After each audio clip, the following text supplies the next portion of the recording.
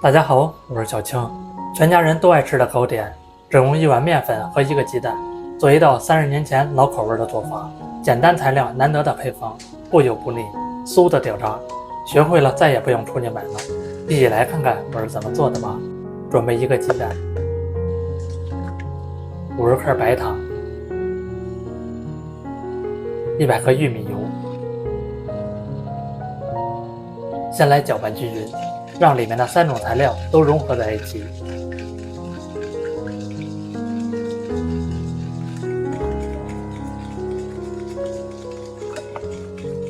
一直搅拌到呈现浓稠的酸奶状就可以了。280克中筋面粉，4克泡打粉，2个小苏打，在一起搅拌均匀。我每天都会分享一道家常美食食谱，感谢您在影片下方为我点个赞及订阅支持一下，非常感谢您。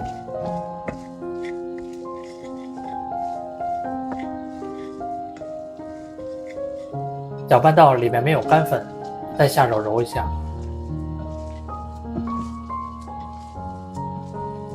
揉成面团先醒10分钟，准备一个托盘，再垫上灰油纸。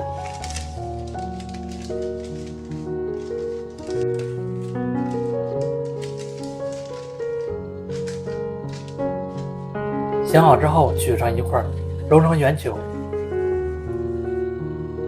再放入到托盘里面摆放整齐。您是来自哪个国家的？您喜欢吃烘焙糕点吗？可以在下方评论区来分享一下。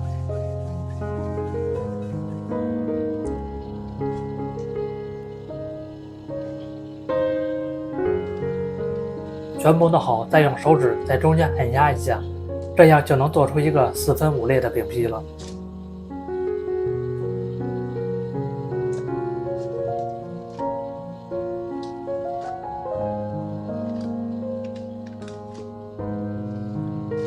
再撒入一点黑芝麻，这样做出来更香还营养。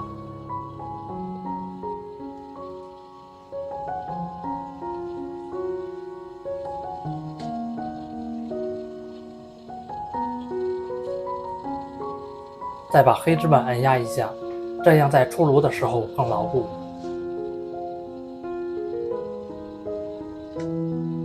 烤箱设置190度，烤25分钟。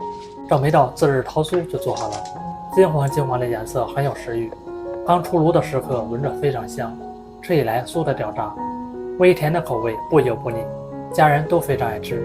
做法简单，教程详细，喜欢吃的您就赶快收藏起来试试吧。